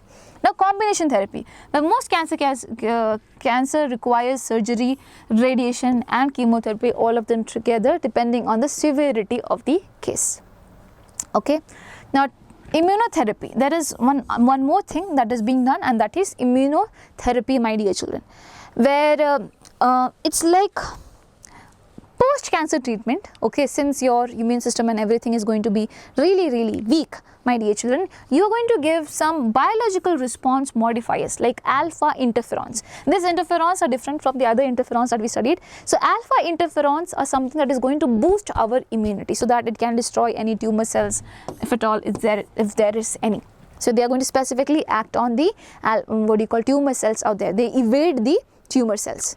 In immunotherapy, over here, alpha interferons are being used, which are biological response modifiers. First of all, they gives you immunity. They're going to kill in all the other tumor cells as well associated with it. Done? Done. That's all. Okay. So cancer treatment is also done. Now we go ahead with the next topic, that is drugs, and we need to pace it up a bit. So over here, until now, my dear children, so I'm continuously speaking. Are you able to understand things? If at all you are able to understand things, definitely let me know. If you are not able to understand, definitely let me know. If you have any doubt, let me know anything. Okay? Just a second. Okay. So the first type of drug that we have is opioid. Okay, opioid. And the structure of it is given over here. It looks like an O. Remember, what comes under opioid category? Two drugs. Let me directly come on to that. One is morphine And second one you get from some chemical processes after morphine, which is known as heroin. Okay, it is known as heroin. So this structure is of morphine actually. This is a opioid. So drugs that bind to the opioid receptors in the central nervous system and the gastrointestinal tract are known as opioids. So as of now, I hope you get it. What part of the body does it affect? It affects the central nervous system and also the gastrointestinal tract which is there. Example, morphine and also heroin. Remember, heroin is also known as smack. Okay, chemically it is known as diacetyl morphine because it undergoes diacetylation process. So this is known as what? Diacetyl morphine. Okay, the other name of heroin is smack and also diacetyl morphine. Heroin, source of heroin obtained from acetylation of morphine, which is extracted from the latex of the poppy plant, that is Papaver somniferum. So over here you see this particular one has so many parts like this. From here you get the latex and from the latex you get the morphine. The morphine, when it is made to undergo acetylation, you get what? Heroin. So remember, from the latex of the poppy plant, which is known as Papaver somniferum, you get morphine and acetylation of it makes what? Heroin. Physical properties: it is white, it is odorless, it is bitter crystalline compound. It is white in color, does not smell anything, it is just bitter crystalline compound out there. How do you take it? By snorting and also by injecting. So snorting and injection, that is a mode of intake. Ma'am, why are you teaching all these things? Because it is given in NCERT and that does not mean that you have to try it out. Okay. Effects: it is going to act like a depressant. What is going to act like a depressant? Heroin. Remember, this is an important question. Which is that something which acts as a depressant? It slows down your whole body, my dear children. It is heroin. Okay, and it can be very, very addictive. Morphine, on the other hand, it is known to be a sedative and a painkiller. So doctors, they use it after very big surgeries out there where there is too much pain, no? So they use morphine for what? For sedation as well as for painkiller properties. Okay, and it is very useful in patients who have undergone surgery, as I told you. Fine. So opioid, and that first of all, the name of the plant that you get from Papaver somniferum. Okay, from where, which part you get it from? From the latex, ma'am. What do you get? You get morphine. Ma'am, after that you undergo acetylation of morphine, you get what do you call? The diacetyl morphine, which is also known as heroin or known as smack. Right. Heroin is a depressant, ma'am. Okay, and morphine is a sedative and a painkiller which is used after surgeries also by doctors. Okay, which part of the brain, which part of the body does it affect? CNS and also the gastrointestinal tract. Done. And this structure is an opioid, which is morphine. Khatam. The next group of drug is what? Cannabinoids. Okay, so you can remember, you get cannabinoids from this particular plant that is known as cannabis sativa. And you know what? The leaf, the flower, the roots, everything has what? Everything has properties of a drug, of a proper drug. So it affects with the cannabinoid receptors in the brain. In the brain you have cannabinoid receptors, it affects there. But which part of the body does it actually affect? That is the question. So there it was CNS as well as gastrointestinal tract. Here it is cardiovascular system. Please remember, it is the cardiovascular system which is being affected. Do not forget it. Very, very important thing. Okay. And source, where do you get it from? From the inflorescence of cannabis sativa. I told you. Forms, you have marijuana, hashish, charas, ganja, everything made from the flower tops, leaves and resins, everything. So what are the important points that you need to remember over here? First is cannabinoids you get from cannabis sativa. Second thing, you have different inflorescent parts of the cannabis that can be used. Marijuana, hashish, charas, ganja, everything you get from here itself. Mode of intake is usually inhalation or also oral injection. You can eat it, you can drink it like that. Okay. Bhang is also coming under this. I don't know, it's not been mentioned. Okay, so inhalation or oral injection, and effect is on the cardiovascular system. That is the most important point. Okay, now over here, this structure is being given. You can remember that a person who is over here is going in an infinite loop of steps. There will be so many steps. So this is over here in the case of cannabis sativa. Okay, this is a cannabinoids image. You might be given this image and asked, what is this? So it is a cannabinoid. Now going ahead with the next thing, that is coca alkaloid. This picture is not for coca alkaloid, so don't see it as of now. So coca alkaloid, or you also call this as cocaine. Where do you get cocaine from? You get it from Erythroxylum coca, which is native to South America, my dear children. Okay, this is Erythroxylum coca. Action, what does it do? It interferes with the dopamine transport in the brain. So dopamine is something that gives us energy, happiness and things like that. And if it interferes between the dopamine transport, as in it makes the dopamine release to be going on in a loop like that. And when it goes in a loop like that, my dear children, what happens exactly is that we become happy, we have a sense of euphoria, too much happiness that no one is able to crack it in. You get it? So in that particular case, people have it. So this is known as euphoria that you have, and it interferes with the dopamine transport.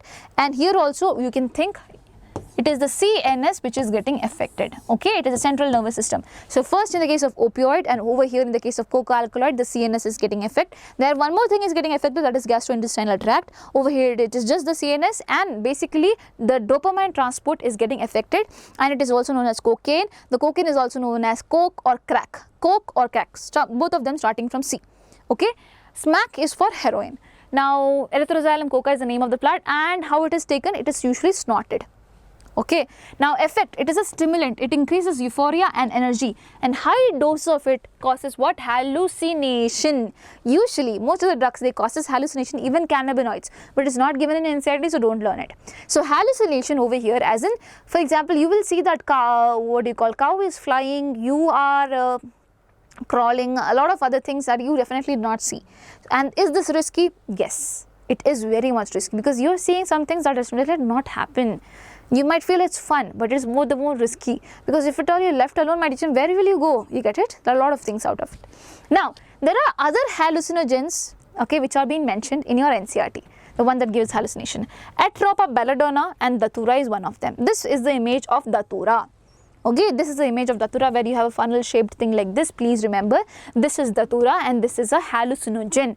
Okay, atropa, belladonna and datura, both of them are hallucinogen. Abuse in sports. Some sports person misuse cannabinoids. This particular statement is very, very important. This question is asked, what is that particular thing that sports person misuse? And usually you go to anabolic steroids, because you learn in the later phase of the chapter, but it is not that, it is cannabinoids. Okay, it is cannabinoids, that is the thing that we studied previously. Cannabis sativa products like hashish, marijuana and things like that. That is used by sports person, misused by sports person. Done. So coca alkaloids also done. Okay, dopamine transport is affected, euphoria has been there, hallucination is also there. You get it from erythroxylum coca. Where is it native to? It is native to South America. Okay, now going ahead, my energy level is also going down. Drug abuse. Okay, drug abuse. What do you mean by drug abuse?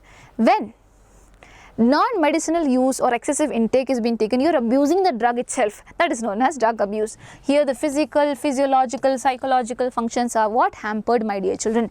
The medicinal drugs that are abused, okay, they are actually medicinal, but they are also taken up and being excessively used. So what are those? Barbiturates, amphetamines and benzodiazepines. Ma'am, how is it a medical drug? Basically over here it is used for treating depression as well as insomnia. Insomnia means you are not able to sleep, and depression also. So barbiturates, amphetamines and benzodiazepines are used to treat depression as well as insomnia, but often people abuse it. Similarly, morphine, which is a sedative and painkiller, that is also being taken up, okay, and being abused. Now hallucinogenic substances found in the plants, fruits and seeds used in folk medicines, religious ceremonies and ritual. That is not very much important. This is something very important. You will be asked which is that drug used for depression as well as insomnia. This is this. And sedative and painkiller, it is morphine. Okay, will you remember it? Okay, so those of you who think will remember it, can you put it down in the comment section, this particular thing? I want you to write it right now. Barbiturates, amphetamines and benzodiazepines for depression and insomnia. Okay, now my dear children, before I go to that particular thing, let me tell you one particular thing as well. So that is, there is one more drug which is found in tobacco, and that is nicotine. It is also quite addictive, and it is the one that causes increase in what? Blood pressure. So if at all a question comes, what is that something that causes increase in blood pressure? Don't think twice, it is nicotine. It is what? Nicotine. Don't forget it. Don't think that it is cannabinoid because it is the one that affects the cardiovascular system. It is nicotine that is responsible for this. If at all cardiovascular thing is mentioned, then it is cannabinoid. Okay? Done? Chalo. Now, drug and alcohol abuse, important points. Alcohol use in adolescence can lead to heavy drinking in adulthood. I hope you know that. Chronic drug and alcohol damages nervous system and liver. Yes, does that. And very bad effect happens. During pregnancy, if someone has it, it can affect the fetus as well. Now, misuse in sports. This is very much important. Use of narcotic analgesics. Analgesics means painkillers. Anabolic steroids and diuretic hormones to enhance the performance are the usual thing that happens. But there are certain side effects of anabolic steroids. There are some effects, side effects of steroids. Different in male and different in female. You need to remember it. In the case of females, if someone has steroids, my dear children, they will have masculinization. Masculine body, they will be there.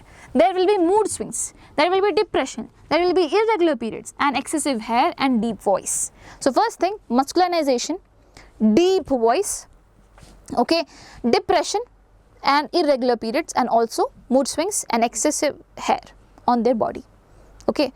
So that is there. So you can associate masculinization, excessive hair and deep voice to be men's characteristics, which is found in females over here because they are using steroids. Mood swings, depression and irregular periods is something that you can associate, okay. Now males have acne, mood swings, depression, reduced testicle size and low sperm count, baldness and prostate issue. So reduced testicle size, low sperm count and prostate issues can be clumped up together. Acne, mood swings and depression can be clumped up together, and baldness. Baldness is a separate thing that you can think. So these are the characteristics of male. So mood swings are common, depression is common for both of them, but acne and things like that are not common. So you need to be specific with all these things. Adolescence, severe acne, stunted growth can be seen in the case of adolescence, and I'll show you a question that has come. What are the side effects of the use of anabolic steroids in the females? Cirrhosis of liver, loss of memory, masculinization, hallucination. Your answer would be masculinization. How will you know that answer? Because you have studied over here that ma'am, these are specific things that you need to remember, okay. And I think with that we have completed the whole chapter. There are certain points about the bad effects of drug and alcohol abuse, my dear children. You need to read that paragraph at the end of the chapter. It's just a small thing, it's nothing to be discussed much, where you need to talk to peers and proper counselors should be there and all those things. Okay, apart from that, these are the important things that comes as a question. So make sure you're practicing it enough, and I think that's all. I don't want to stretch any further. I think this video was helpful for you in some or the other ways. Okay, so make sure you're practicing it enough, and if at all you have any doubts still persisting in your head, please put it down in the comment section below. Wishing you all the best. Please take care of yourself. Bye-bye.